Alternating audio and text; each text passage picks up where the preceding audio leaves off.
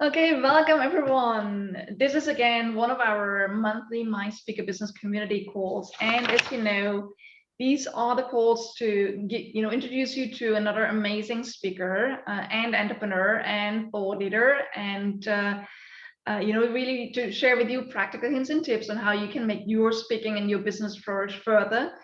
And also you have the opportunity to ask your own personal questions and connect with each other, exchange with each other in a greater way, and get help and support on your own high priority projects as well. And also, I know for Damian, it's still before lunch, but for us it's pretty much lunchtime, and for some of you it's morning, for some of you it's evening already. Just come and join us and take an inspiring break with us. So as you know, this is very interactive. Also remember we have video on. So when you want to speak up, remember this is going to be a recorded session, but I know you're all speakers. I know you love to take the stage. And also when you're not speaking, please mute yourself. So we have a sparkling recording. Okay, great. So as you know, every month we have an amazing guest, and every month we cover an amazing, uplifting, inspiring topic. And today we speak about how do you find your superpower, break through mental challenges, and change the world for the better as a super successful entrepreneur and speaker? And we have an amazing friend with us today, Damian. Damian and I connected because we both work with another one of these inspiring mentors and speakers. And who is actually Damian? Damian Mark Smyth he's spoken several times on Tedx, and I watched some of your speeches and they're really inspiring, Damian. And he's a best-selling author on entrepreneurship and thought required to be a success. And today, Damian will share with us all his secrets and nuts and bolts and must-have thoughts and actions to be massively successful. Damian has been coaching super successful entrepreneurs and business owners for more than 12 years. He knows thinking and the way we think make the difference big time. And he's shared the stage with Apple co-founder Steve Wozniak and Smyth author Michael E. Gerber. He's coached millionaires and billionaires, and he really loves to dig down deep into the mindset required to succeed. So Damian, it's really amazing to have you with us today. Welcome. Thank you for having me. Thank you. Hi everyone, how's it going? See if we can give you some value today, shall we? Absolutely, all on. Cool. So where do you want me to start? Should we start with a little bit of my story, shall we? Yeah, absolutely, always a good starting point. Yeah, so because I do like to get people to kind of really dig into their story, because that's kind of where your superpower is.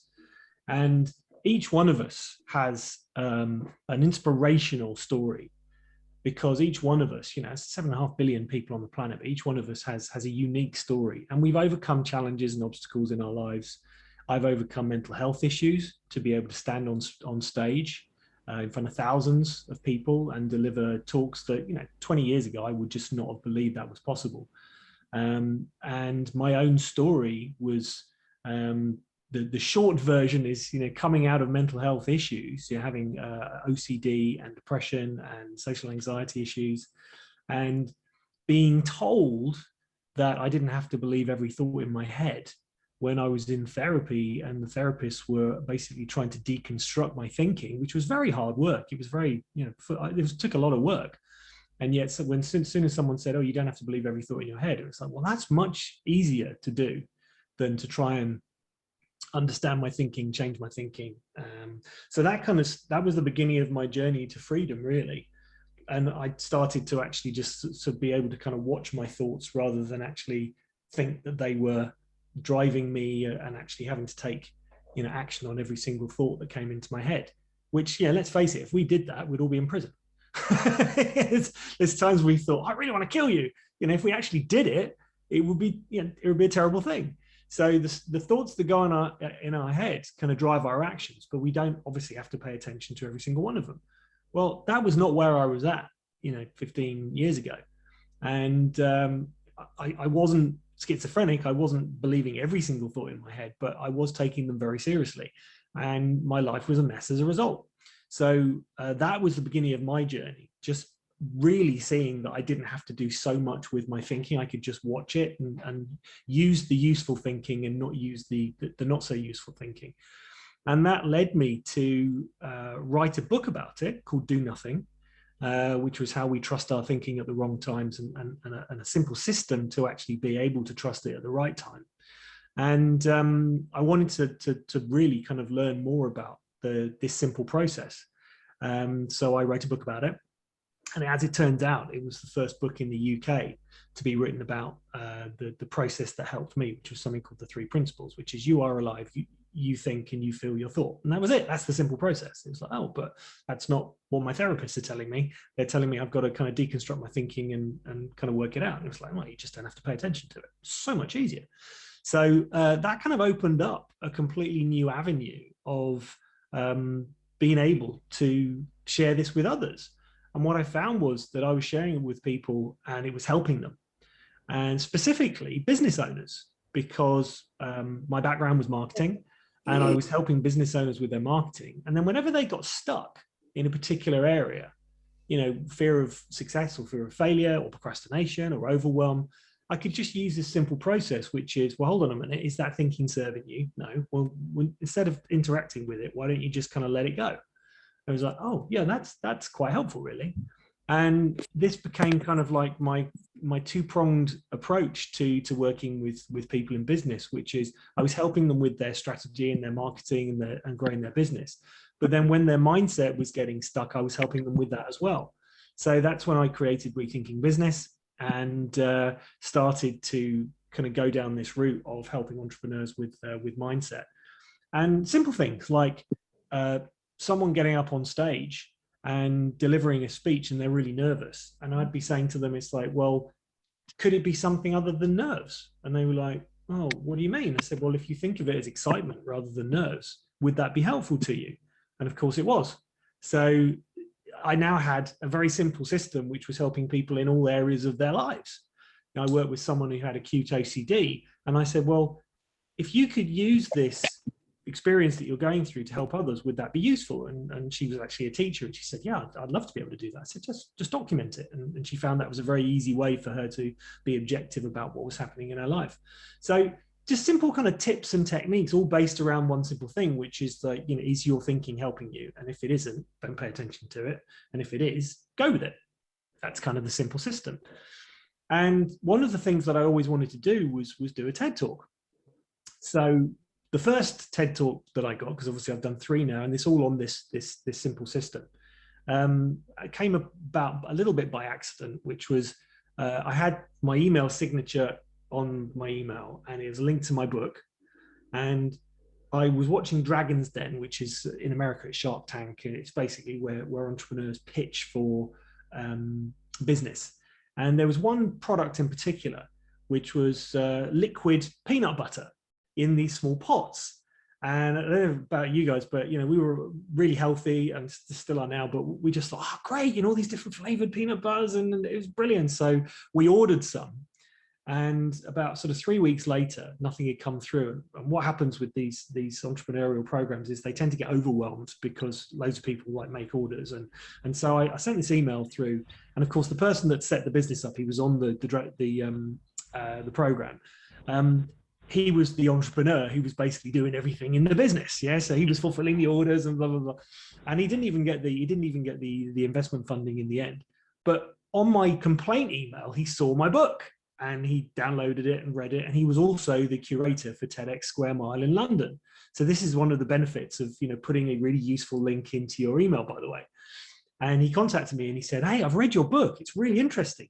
Can you come and do a TED Talk? And I said, that's on my bucket list. It was almost like I'd manifested it, So I ended up doing my first TED Talk. And being in the process of doing the TED Talks, I could see how they were put together, and I could see how it would be useful for other people to, because a lot of my clients were coaches and consultants who'd said, oh, I'd love to do a TED Talk. And so I kind of reverse engineered the process and thought, oh, this is actually pretty easy to do now that I've kind of accidentally got my first one. So I started to demonstrate to people how they could get TED Talks, and which was ultimately how I then got my second and third. I've now stopped demonstrating because it's like, I'm no longer going to do a demonstration because I don't want to do a fourth one. So, but a lot of my clients have done TED Talks, are doing TED Talks. I've got another client who's doing one this week on Friday. And I show them the process of how to do it. It's actually a very simple process, and I'll walk you through it in a bit. You can kind of make notes on it, and it's very simple. But that was kind of like, you know, the next level, which was in my story. I could show people how to write books, turn them into bestsellers, do TED Talks. And so that was my kind of superpower that I kind of had discovered through going through my own trials and tribulations and how to do it. And so that is just an example of how your story leads to potentially, you know, your product or your service. You know, it was kind of a joke, you know, it was like, oh, I'll just show you how to get a TED Talk. And then of course I ended up getting another one. It's like, oh, I'll just show you how to do it. And then I ended up getting another one. So what we know becomes our superpower, right? The knowledge that we have, what we've been through, the obstacles that we've overcome becomes our superpower. So that's really what I show people, is everything in your story is potentially your superpower. And just going back to the mindset thing here for a second, because, and you'll all be guilty of this because I know I am, I know Monique is, we tend to think that other people know this stuff already. Yeah, it's like, well, yeah, but everyone knows that. Well, actually, hold on, is that true? Which then comes back to the kind of second part of the process, which is you need to understand who your potential clients are, what they know, what they don't know, what they're looking for, what they're not looking for. These are the problems and solutions that they're trying to find on a daily basis. And once you can identify those, and some of them might be really simple, once you can identify those are essentially the lead into creating a business model from it, because the business model is very simple. You identify your superpower, you identify who needs it, you give them something they need, you invite them into a conversation, and then you take them through simple steps to convert them into clients. And ideally, you want to be looking at like high tier clients. And the reason we say that is because those are the ones who value your knowledge most. You know, they are looking for experts in particular fields. So what we do is we talk people through something called a hyper-targeted client acquisition funnel, which is you can go generic, but you need a very large marketing budget for that. Or you can go very specific, and you can use laser targeted, hyper targeted client acquisition funnels. So that's kind of what we get our clients to do now, which is what, identify a very specific niche, become an expert in that niche, go after that niche. It's very, very simple to do that, because you know, all the content you create is just for that niche. I've got a client at the moment who is just looking to target HR professionals in the UK rail industry, and we're doing a hyper targeted client acquisition funnel specifically for that. Now, she's got really good knowledge and experience of the rail sector.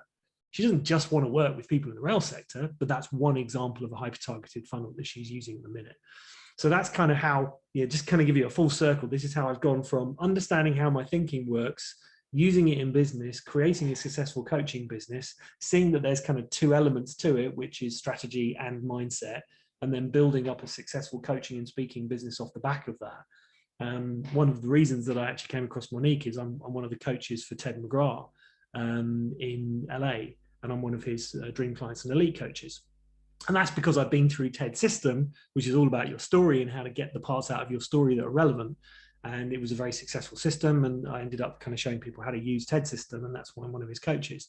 But in terms of my own model, it's hyper-targeted client acquisition funnels. It's like, who specifically would you like to work with? Because this is the other thing about being entrepreneurs. We can wake up every day and go, I can decide who I want to work with. Well, that's really great, isn't it? You know, if I don't want to work with this person anymore, I can tell them. I can kind of like sacking an employee. It's like, well, I don't really want to work with you anymore. You wouldn't say it like that, but you know, but then at the same time, you can go, well, who would I really want to work with? And you can then, as long as it's in your story, as long as you have the expertise and the knowledge to deliver to those people, absolutely no reason why you can't create content that's going to connect with them, show them the part of your story that's relevant, give them problem, solution, invite them into a conversation and convert them into a high tier client. So this is where we start. We always start with your story. It's a good place to start because everyone knows their story, right? And especially when we work with clients who say, yeah, I really want to work with these particular clients. Okay, well, where is that in your story? Oh, I don't have that yet. Okay, well, now you're flying blind, right? What makes you think that person's going to listen to you? And it could be that they've got knowledge in a different sector that's similar. That's fine. But if they're just doing it because they want to go after that sector, because they maybe see some low-hanging fruit, we advise against it unless it's actually in your story or you have that expertise. You can go and get that expertise. That's not a problem. That's going to take a lot longer. So hopefully this kind of makes sense in terms of, you and your businesses. It's like, well, hold on a minute. What do I want to be doing? For instance, if you want to speak, okay, so there's a number of different speaking gigs that you can get. There are paid speaking gigs, there are free speaking gigs, there are gigs where you get a commission, you have to pay sometimes to actually be on stage, and then you can sell your products and services from the stage. Well, if that room is full of people that is your potential audience, that makes sense. So the first thing we'll look at when we're speaking with people who want to get on stage is, okay, great, you want to get on stage, but which stage? And for what reason? For what purpose? Who's in the audience? Okay, is that actually going to drive your business forward, or is it just going to get you exposure? Because, again, they're both good. Just increasing your brand is a good thing to do. So for instance, with Tedx, it's not a bad thing to get a Tedx talk because it's kudos. However, how are you going to make sure that that TED talk is viewed by a lot of people? So the next thing that we do is we actually work on their content. What is your idea worth spreading? Is it going to get people actually engaging with it and contacting you afterwards? And this is what I found as a result of doing my 3 TED Talks. They are constantly out there working for me. They are a marketing machine for me, because people go, oh, he's done 3 TED Talks. That's amazing. And of course, they watch the TED Talks and they go, oh, that was interesting. That's an interesting take on thought and thought and feeling, and how it works. And oh, he works with businesses. And I get contacted a lot about working with people, writing books, doing TED Talks, growing their businesses. So it's what are you doing it for? That's where we always start. It's like, what's your story? Who are your potential clients? What are you trying to achieve? And then we work out a strategy to kind of weave that in and make sure you're headed in the right direction. So I'm assuming there's a lot of people who've either done speaking gigs here or who want to do speaking gigs. Maybe there's people who want to do a TED Talk. So shall I take you through the process of how to get a TED Talk? I'm assuming that would be kind of useful for everyone. Okay, so the way to do it, essentially there's 3 kind of simple areas that you can start with. Okay, where you live now, where you were born, or where you spent a significant period of your life. Okay, now the reason I'm saying that is because the curators of TEDx events are looking mainly for local speakers. So if you have a local connection to either of those 3, where you live now, where you were born, or where you spend a significant part of your life. So let's just say you were born in London, you lived in New York for 10 years, and now you live in Belgium. Okay, well, you've now got 3 areas you can essentially go to TEDx and look at when your next TEDx event is. Okay, so that's the first thing you do. You use all those 3 areas. The second thing you do is that you look at the events and see what the theme is, and see if, and they're pretty generic themes, right? So the first one I did was the power of purpose. Okay, so it's pretty generic. Okay, one of the ones I got one of my clients doing recently was called the 25th hour. So there's plenty of scope to kind of create content around that. So the second thing you would do is say, okay, well, what is my idea worth spreading? Now, in 18 minutes, this is a really good way to kind of distill down your business model into your idea worth spreading. So let's just say, for instance, well, as an example, I help entrepreneurs in business create business strategy and overcome mindset issues. So all of that's been weaved into all 3 TEDx talks. They're all actually quite different, but the theme running through them is still, how our thinking works, and is it useful, is it not useful, what do we pay attention to, etc. So you want to basically distill down your idea worth spreading into, it's going to be an 18-minute call, which is not easy, by the way. Doing it in an hour or 4 hours, simple, or a day or 4 days, easy, right? Doing it in 18 minutes, not that easy. So what is your idea worth spreading? And can you distill it down into 18 minutes? Okay. The next thing we get you to do is to go on to 99 Designs and get a front cover of your book, right? Now, whether you write this book or not is irrelevant. Okay, you want to get the front cover and make it look really nice of the book that you may or may not write. But essentially, the title is your idea worth spreading, and it has a subtitle and it has your name on it. Now, what that does is it positions you not only as someone who has a local connection to either where you're born, where you live now, where you spend a significant area of time, but you are now an authority on that subject matter because you have a forthcoming book coming out, which is your idea worth spreading. Now, what's actually happened is a lot of people who've got their front cover design, they've ended up writing the book as well, because it's such a nice cover. And they go, actually, I want to write the book. Yeah, but essentially what you're doing is you're now saying, I now have an authority in this area.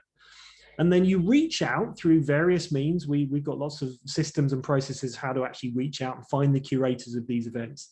And you want to do it really with about 6 months in the bag. So one that's maybe, I don't know, January, February this time next year. So next year will be a good one to do in either 3 areas.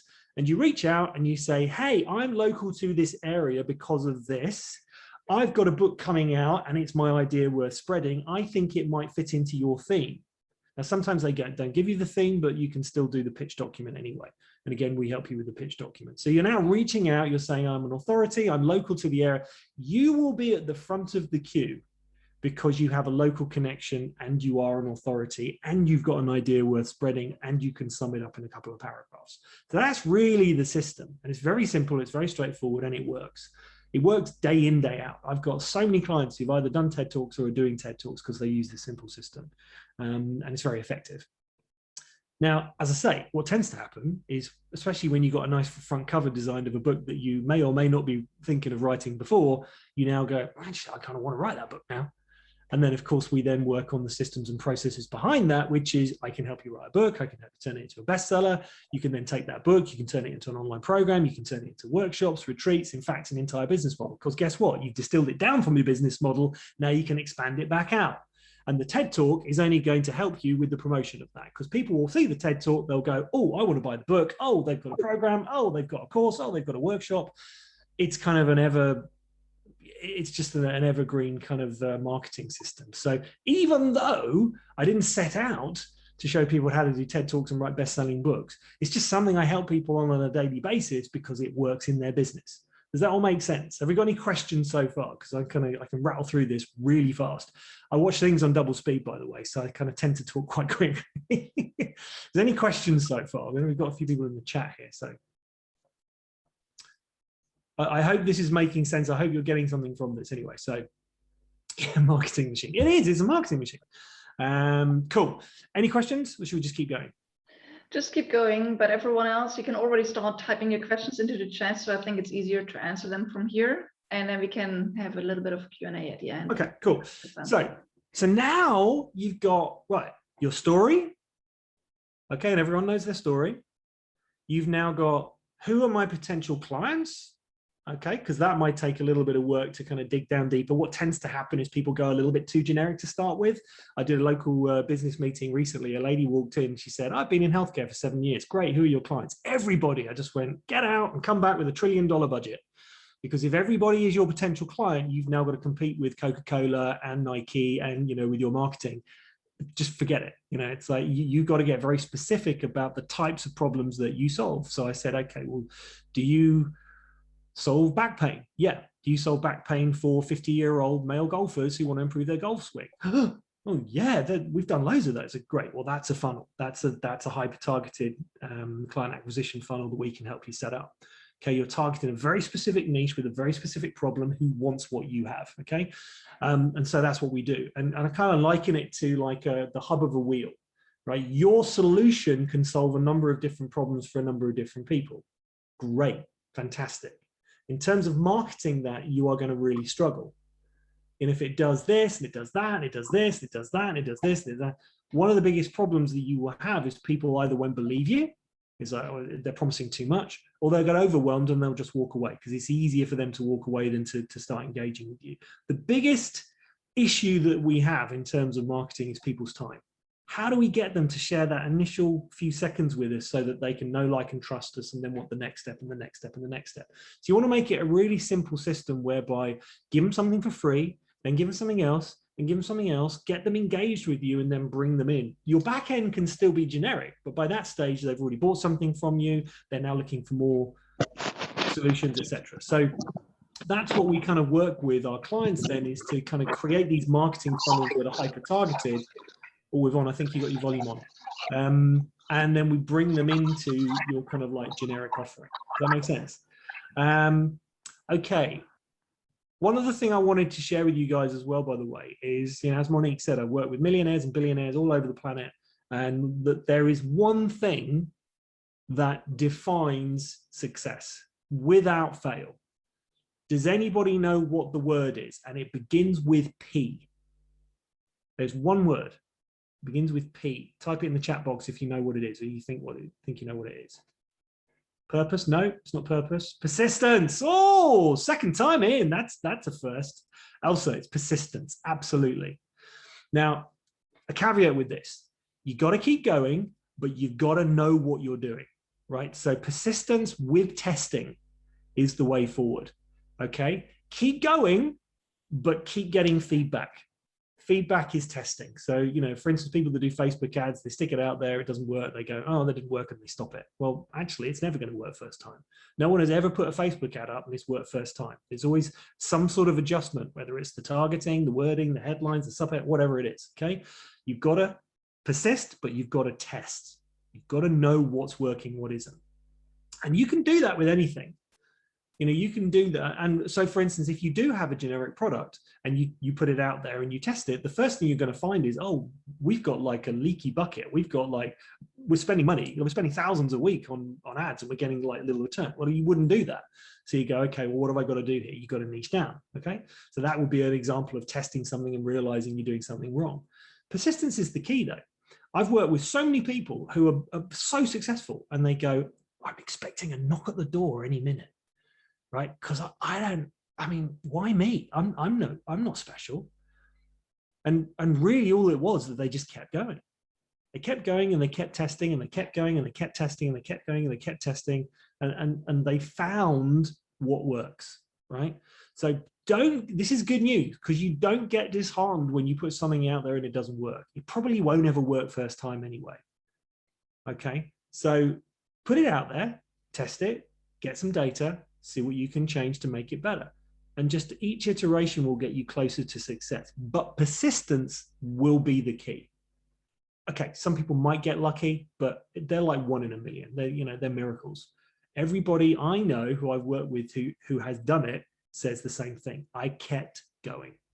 I believed it was possible. I kept going. I made loads of mistakes. I made more mistakes than I made successes, but I kept going. I kept getting the data. I kept changing it. I kept adjusting it. And eventually I found a system that works. Okay.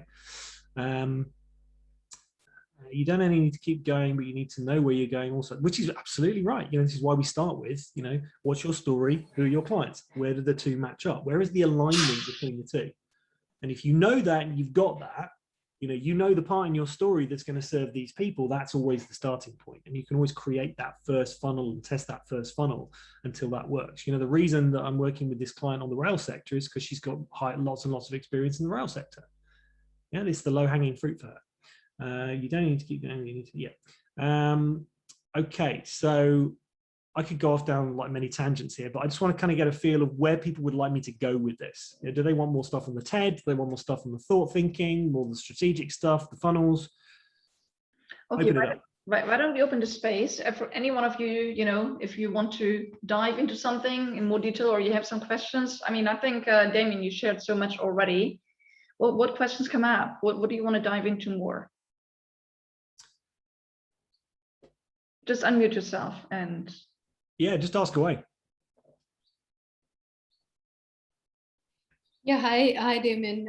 I'm Devapriya. I'm from India. Hi, Deva. Hi, and it's amazing what you've shared. Actually, what Monique said is right. You've shared a lot. Specifically, so I'm a marketer turned entrepreneur, corporate person turned entrepreneur. So for me, I've always been on the other side of the table with people coming to me for my money, but now it's the other way around. So I'd love to hear a little more about what you say about the funnel. I really like the hyper targeting versus laser targeting. I'd like to know a little more, please, if you could. Okay, well, let's do some coaching with you right now. So who do you love working with? Who's your ideal client? Okay, do you want me to say the name? No. What industry are they in? What sector are they in? What results do you get for them? So purpose-driven brands led by female founders. Okay, so female founders is a start, right? Purpose-driven brands doesn't really mean that much. Well, give me an example, but what do you mean by purpose-driven brands?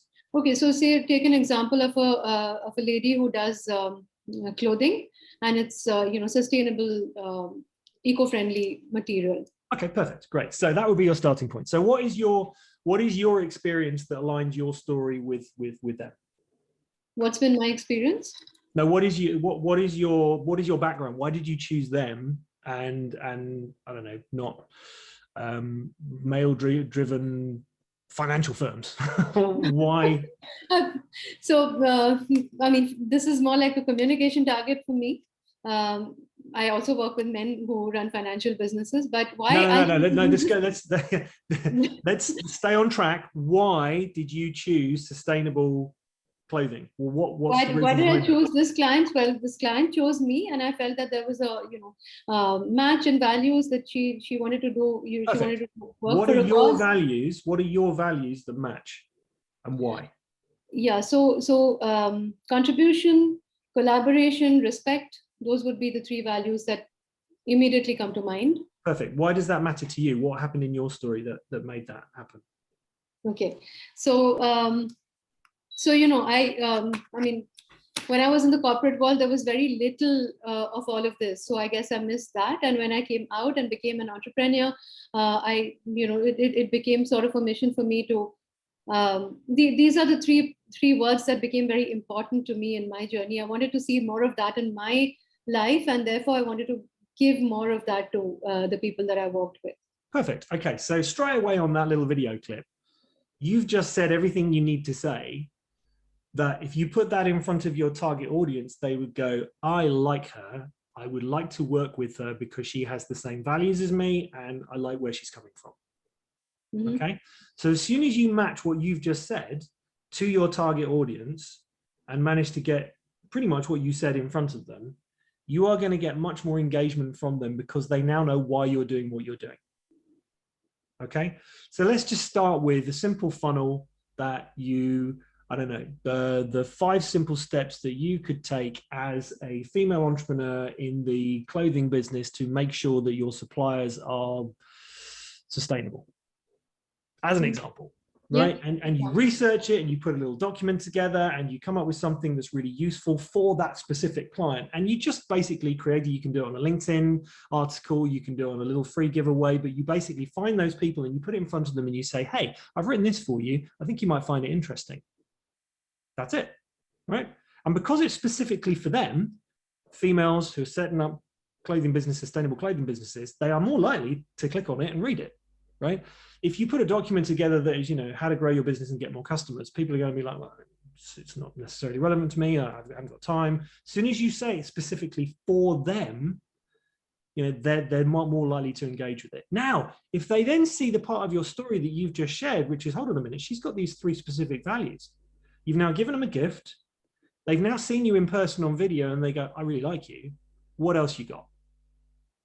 Right? You're 80% of the way there because you've done a lot of the hard work, which is getting them engaged. Okay. If you then give them another gift, if you give them something else that's useful, if you stay in contact with them, if you engage with them, they are much more likely to get on a call with you and just say, look, I know who you are. I know what your values are. I know why you do it. Thank you for my gifts. What else you got? And then you're really into like a coaching conversation about how we can grow your business, do you see what I mean? How it's very easy to kind of create a very simple funnel.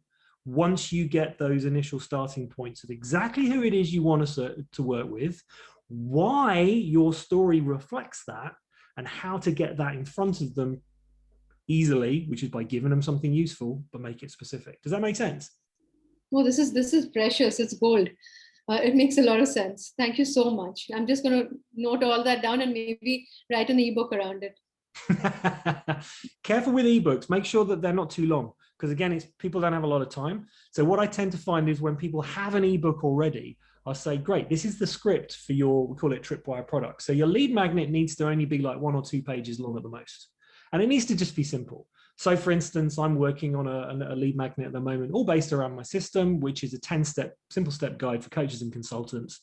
What is your superpower? Who are your clients? What's their problem? What's your solution? Create a freebie, convert them with the tripwire, sell the call, not the program, get a questionnaire, have a full-step sales system, and then sell your system. So that's my kind of 10-step system. Now that initial document is just going to be 1 page. Okay. Now, then they're then going to get a little video of me saying, hey, I've worked with thousands of people like you. And the reason this works is because your superpower's in your story. And they might go, oh, actually, that's interesting. I hadn't thought about that. And then my Tripwire product is essentially then going to be my what was an ebook, turn that into a script for a video training with a workbook. And that just is a low cost product. It's like, $10, $15, $20 product, which they now go, credit card out. Yeah, I want that. I want the training. But it needs to give them something of value. Like, take this step, do this workbook. This is how you can, let's just say my TED Talks, okay? It's like, what's your idea worth spreading? Write down your 3, where you're born, where you live, or where you spend a significant period of your time. Write down what the title of your book might be. It's very easy to create a workbook to get them to do something. And they just sit down and they actually do it. Because once they've done something, once they've written something down, they feel like they've actually made some progress. Yeah. Cool. They're much more likely to jump on a call with you once they've done something and they've made some progress. Right. All you got to do is get them to take the next simple step. Just do the next thing. Just do the next thing. Just do the next thing. You could, for instance, be asking your clients, where are the supply chains you currently have? Which are the markets you want to go to? Have you written down a proper business plan? If so, give them like a framework for one. There's so many things you can give to people which are useful, which are just getting them to go, wow, this is great. She really knows her stuff. Now, there's a thing around this that is really important. The reason I just got you to niche down and not go, well, actually, I do work with males in financial market. That was flippant. There's plenty of females in financial markets as well. The point being is we don't want you to do both. We want you to start with one. Because as soon as you go, well, actually, I do marketing for all sorts of people, you're back into the generic. Absolutely. And it's really hard then to get a hyper-targeted client acquisition funnel, when all your stuff's generic. It's like, yeah, we do marketing for everyone. Good luck. Yeah. Does that make sense? Makes a lot of sense. Thank you. Thank you so much. Very valuable. Thank you. Pleasure. Right. Any other questions? I think Mithun asked something about the thinking process. Mithun, what is your question around that? Yeah, thanks, Damian, and thanks, Monique, for hosting this call. I like this, the earlier ideas that you shared about choosing the idea and filtering out the ideas. And I would like to know about what is your thinking process when you go to choose for speaking ideas and content. How do you filter them? How do you choose out of many interesting ways to go with the idea? So anything about the process you go through yourself or the process your clients go through with you, that would be helpful. Okay, so there's a couple of parts to this. The first part is, let's just go back to the actual process of how thought works. So and I'll take this a little bit slow because this is really kind of worth engaging with first. So the issues that I had in my life 15 years ago, I thought that my experience was coming from my circumstances, right? So I thought, even which is crazy in a way, because I had a large house, I had a wife and 2 kids, I had a very successful business in marketing, but I was miserable and everything in my life was kind of falling apart. So it can't have been coming from my circumstances. But of course, my therapist was saying, you've got to change your circumstances. Yeah. And then you've also got to understand what these thoughts are and find out where they've come from. Now, when I heard that you don't have to believe every thought in your head, it kind of turned me into this different approach, which is, well, hold on a minute. If we're experiencing our thoughts, not our circumstances, well, that's kind of useful to know. And there's a simple test you can do for this, right? You'll have had an experience in your life and you'll have had thoughts about it, but those thoughts change. So the experience in your life is kind of neutral, right? Car crashes are neutral, cancer's neutral. It's just life. It's just what happens in life, right? But there's nothing good or bad, but thinking makes it so. So our experience is coming from our thinking about our circumstances, and that thinking changes. There's like, whoa, wait a minute, hold on, whoa, and watch my TED Talks and you'll see a little bit more about that. It's like, well, hold on a minute. That means that my thinking is determining my experience of life, not circumstances. There's correlation, not causation. I was like, whoa, that's huge. Okay, big moment. The second part of that is, okay, well, what about, when we have negative thinking, and I think this is maybe where your question was coming from, how do we choose our thoughts? How do we not get involved in those thoughts? And how do we kind of stick to the ones that are useful? Well, here's a really sensible thing. This is a nice little metaphor for you. Okay, so first of all, what I've basically said, it's like, just imagine driving along in your car, right? So you're driving along in your car and you see the engine warning light coming on in your car, right? Most of our thinking process, kind of when we have that engine warning light coming on, when we feel angry, upset, etc., we think that it's coming from what's out there. So what we see the engine warning light coming on, and we're thinking everyone else's car is broken, but mine's okay. And that's kind of the crazy thinking process that we have, right? So everything else, it's my partner's annoyed me, my bank balance isn't what it should be, my suppliers are annoying me. No, actually, your thinking in that moment is the only thing that's annoying you. Well, that's the huge missing link, okay? Now, if you know that, it becomes a little bit enlightening, because this goes back to Viktor Frankl, who said that moment between thought and response is your chance for freedom. And that's exactly what he's talking about. It's exactly what I saw in that moment. It's hold on a minute. We get an emotion. Well, the thought has created the emotion. Well, if we know that it's coming from our thinking, not from our circumstances, and we're then able to just kind of not act on it, but watch it, we can then see, almost as an objective observer, whether that thinking is useful or not. So let's now bring that into what you've just said. Okay, well, we can have thoughts about our business, we can have thoughts about marketing, we can have thoughts about suppliers or whatever. If the feeling attached to it is a little bit kind of like the warning light coming on in our car, what that's basically saying is take a time out. As soon as we get angry, upset, we feel kind of, oh, what that's doing is telling us, it's don't trust your thinking in the moment. This is why the book was called Do Nothing. So that moment we get an email and we go to respond to it with the tapping away and, oh, I'm going to show them. That's the warning light telling us, take your foot off the accelerator and just stop driving. So the feeling is actually the gauge. The feeling is telling you whether it's useful or not, right? We've had thoughts about stuff that hasn't gone well. When has anger ever helped us? Now, that's not to say that anger couldn't be useful in a controlled environment. If we saw someone attacking our partner, that anger could actually help us to stand up for them, or to fight rather than flee. So, but it would have a different feeling. It would feel more like flow state. And I've had this with clients who said, it's it's almost like I was watching it as an observer. I just kind of, all my training kicked in and I knew what to do. Yeah. So that feeling is the gauge for us.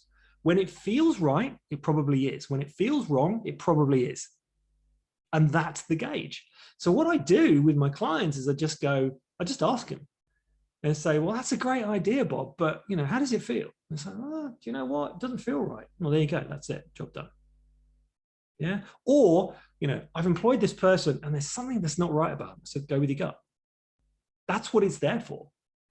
That's the gauge. That's the warning light. And if it's telling us, that's what it's telling us. If it feels right, go with it. And it's that simple. I have to say, it is that simple.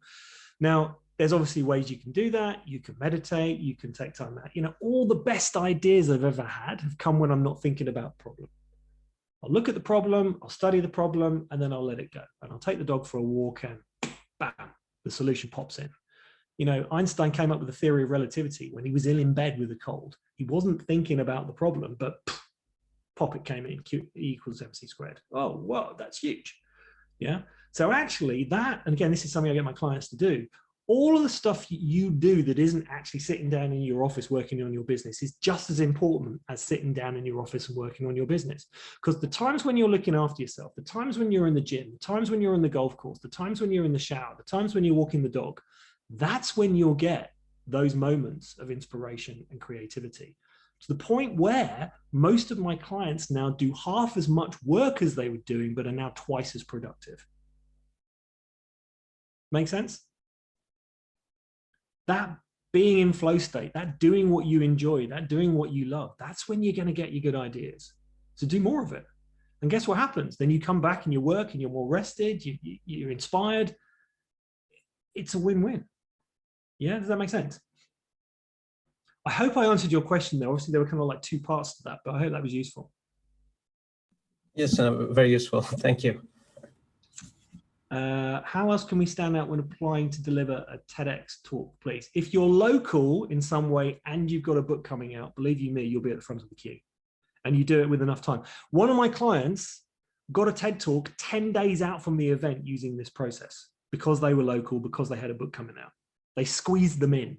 They were just like, we want you in. And they were like, they were going to go for next year. It's just like, no, we're having you in.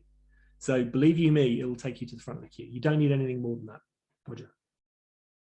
Thanks, Damian. Make sure your book cover is good though. This is why I say go to 99 Designs, get one done properly. You don't want it to look like the dodgy ebook cover. You want it proper cover.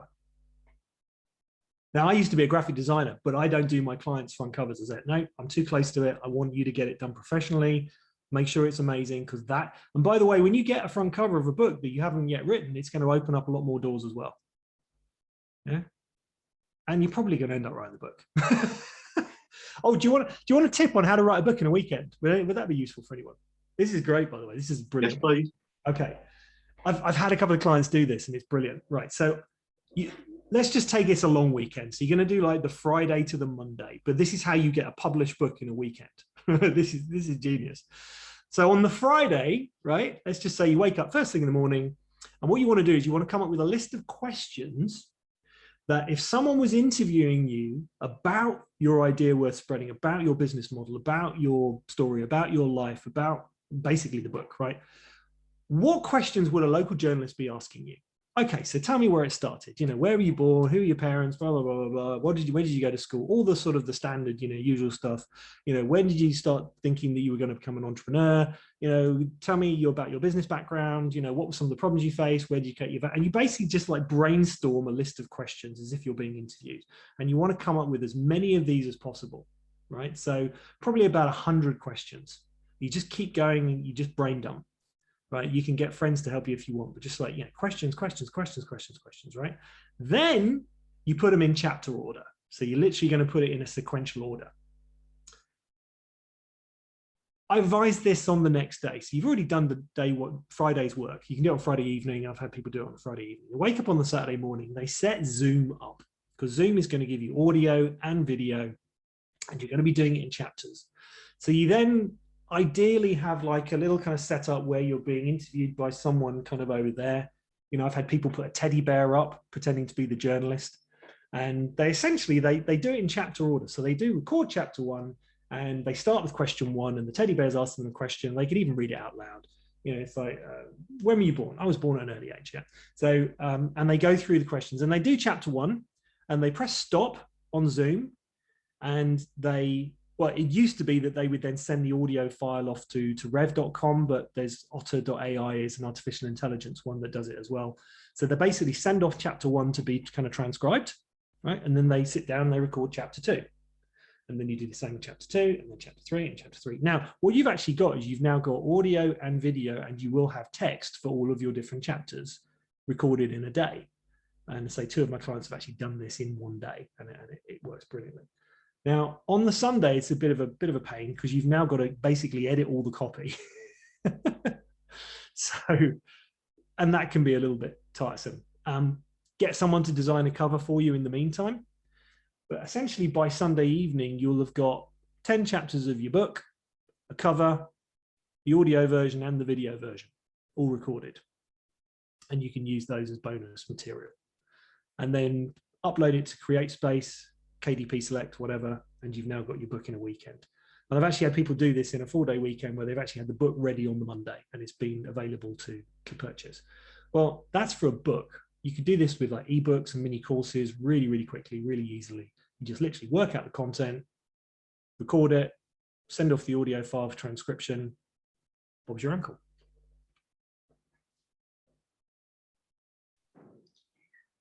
The easiest processes are always the most powerful ones, right? Simplicity trumps complexity every time. Okay, so we look forward to seeing all your books coming out next Monday. Okay. Okay, no, but I mean it's summertime for a lot of people. It's a little bit of like slower time, right? So it's a perfect time right now in August for all of you to get your book ready, right? Yeah. Don't overthink it. Otter.ai is a brilliant bit of kit, because I mean I've signed up for like the pro version, because you could just sit there and go, I've got a great idea for a lead magnet. I know exactly who my client is. I know what problem they need solving. You just literally dictate it into your phone and put it on Otter, and it would. And what it does is it gives you the text. The artificial intelligence gives you the text, but then you can actually go through your audio and make any changes to it. That's a really quick way to get the copy for your lead magnet, and then you can expand on it for your Tripwire product. What other tips and tricks does everyone need to know? How to get a TED Talk, how to write a book, how to get useful thinking. What else is there?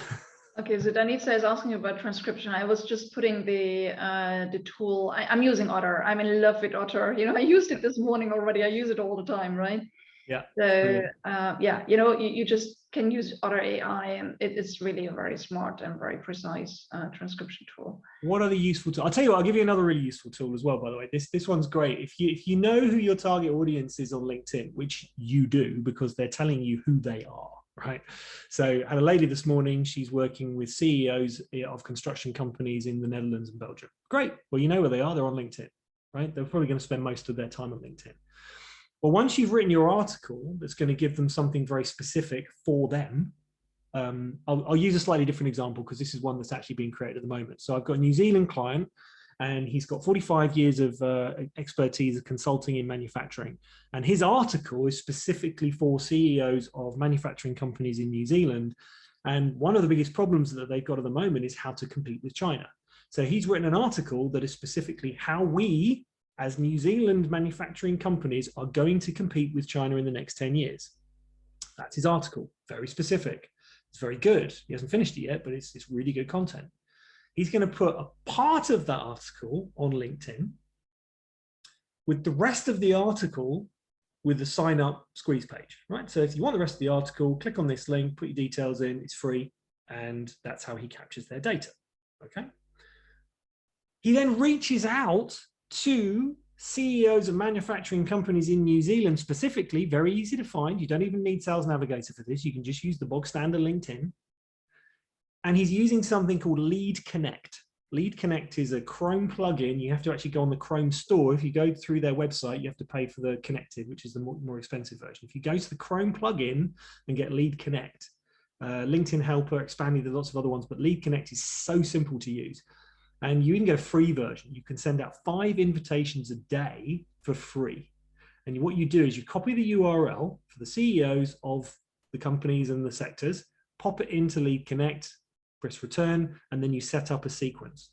Hey, Bob, I've written an article for CEOs of manufacturing companies in New Zealand of how we're going to compete with China in the next 10 years. Here's the link. That's it. That's all you do. You don't have many words you can write in it anyway. And what that does is it now sends them a sequence. As soon as they respond on LinkedIn, it stops the sequence. So for instance, message 2 could be, hey, we've got lots of testimonials. Hey, so-and-so said this about it. Hey, this is one of the comments. Well, you can do like as many different sequences as you want. But essentially, once they reach out, they become a contact. So as soon as they reach out and respond to your request, they are now a first-degree contact.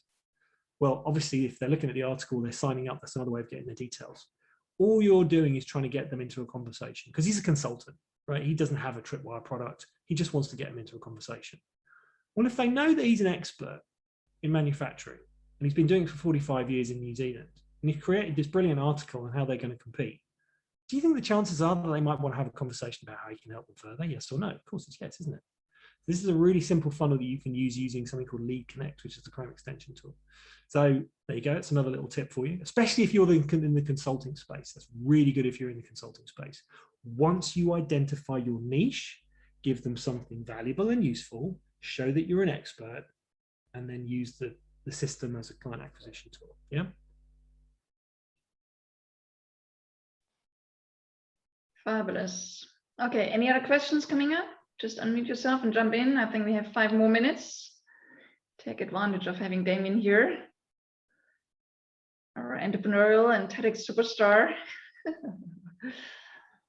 Monique, can I ask a question? Of course, go ahead, Danica.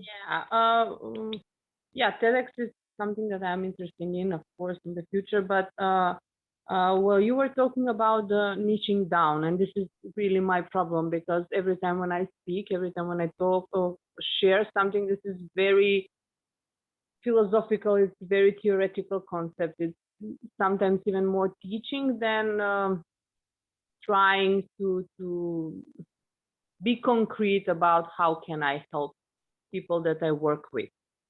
So how to combine, because I'm into spirituality, yoga, psychology, psychotherapy, and growth and development, and how to present something like that when it has to be very concrete so someone can recognize himself. Okay. Let's use a slightly different approach then. Okay, so if you had a TED talk, what would be your idea worth spreading? And you can only say it in one sentence. That everyone can have their own personalized practice that is far more successful than anything they can just buy and anything that someone else has already invented. Why is that new? Why is that? Why is that new? Why is that?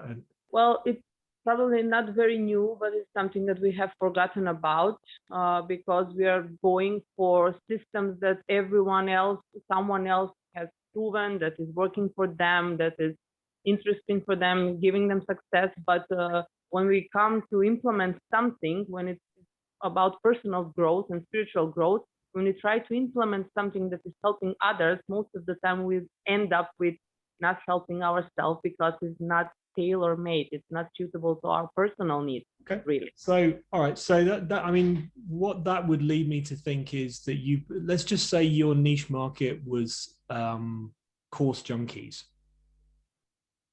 Yeah, but course junkies has not just course junkies, but maybe a little bit more educated and experienced course junkies. Someone who has already tried and has an understanding of how processes work, but they haven't found what is very suitable for them, and not trying to dive deep in something. Yeah. So give me an example of a kind of a niche or a sector that would be very representative of kind of more successful course junkies.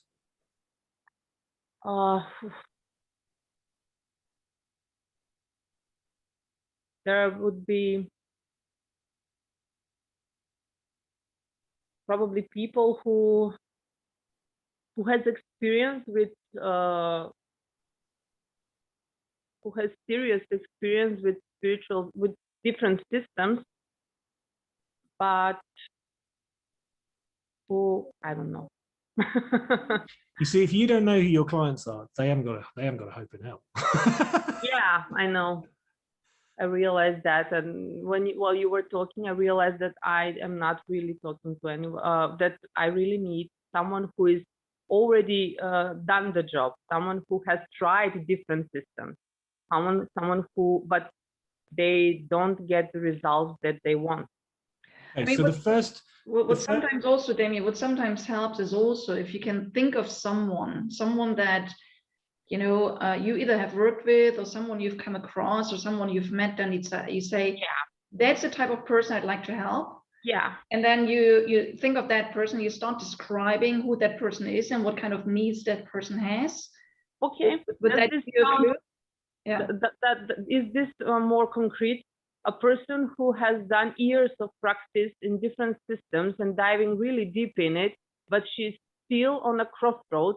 What is the meaning of her life? What she should have to do next? Because she's operating with so many theoretical concepts, but they're not practically something that she can practically apply to her personal needs.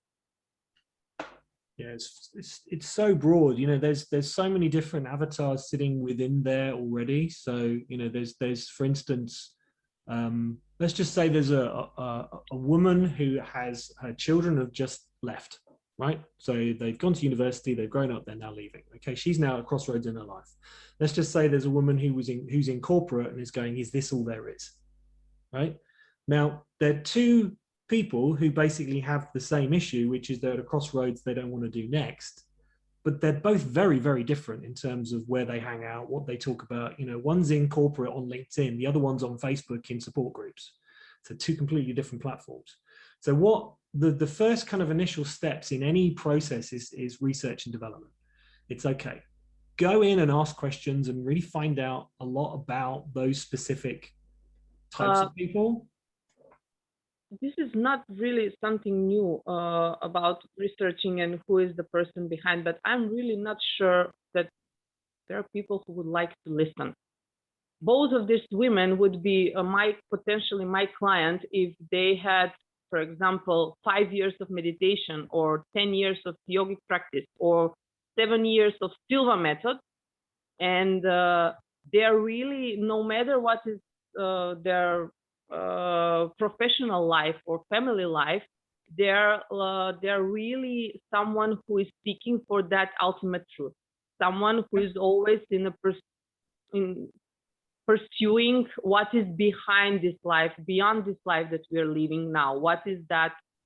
So this, I know that may sound very broad, but people who are doing that, they really can recognize when they hear something like this. Okay, so what I would do is I would, because you can target those people on Facebook very easily. Okay. Yeah, in the targeting on Facebook, that's the good thing about Facebook ads, is you can really do some hyper targeting on that. But what you could then do is you could invite them to a webinar, which is almost like an open question. Okay. It's like, are you successful, but you've done meditation and yoga for 10 years, but you still don't know what your purpose is, right? Yeah. Well, that's a pretty specific webinar. Come onto the webinar, we're going to talk about it. That's your R&D, okay? Well, you can target those people in Facebook and basically invite them to the webinar. That's your lead magnet. It's like, come to this webinar, we're going to talk about it. We're going to open up the discussion. Make that your lead magnet. Okay, because, great. Well, you were pretty specific when as soon as you went down the yoga meditation, I'm like, okay, well, you can find them. Yeah. Yeah. Do that. Great, thank you. I do think that doing webinars is actually a really good thing to do, especially in the R&D phase, because essentially what you're doing is, I think these are my clients, or they might be, but I'm not 100% sure. Well, let's set up a webinar. You can do this on Zoom. You can set up a Zoom webinar with custom questions and literally just like have the date, have a fairly open title and just say, come on in, we're going to be talking about it.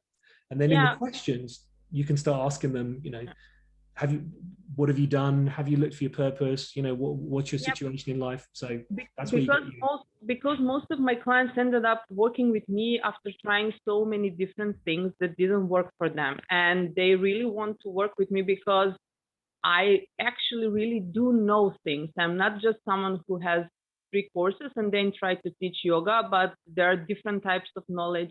And this is what drove them to me. But firstly, I need and on that one, get your clients to tell you what it is that you've done for them, because that language is absolutely crucial. Okay. Yeah. Yeah. That's going to be really useful. All right. Yeah. And keep going. Persistence. Exactly. And I think these conversations, and also even on webinars, you would see what kind of questions clients ask and what are they concerned about and what help do they need and so on. And then that's the greatest hint then on the next offer or lead magnet or whatever you want to call it, right? Fabulous. Okay, I think our hour is up. Okay. So thank you so much, Damian. And it looks like, I don't know, is there any final burning question, or you're all good? You got so much out of it, right? So many hints and tips in so many different directions. You see that Damian is such an amazing well of knowledge and wisdom. So Damian, you know, if anyone would connect with you, where would they find you? Sure. Just go to rethinkingbusiness.biz and you can either just fill out a contact form, or you can even just send me an email, Damian with 2 A's, DAMIAN at rethinkingbusiness.biz. Perfect. Love it. So thank you so much for being on with us. I know how busy you are right now with your family right now and everything that's happening, and also your business. So thank you for being on, and all of you, I hope that you all took some hints and tips and inspiration away. And yes, everything starts in our mind, but then again, it all, you know, we need to take concrete action, and persistence is the key, as we again heard today, which is so crucial. So thank you, Damian, for being on. Thank you for having me on. Appreciate it. My pleasure. And yeah, you want to round it off with a few final words of wisdom, Damian? Keep going, but test. Perfect. Okay. All of you have a fabulous time. Thanks, Damian. Thanks you all, and we'll be in touch. Okay. Thank you. Cheers. Bye.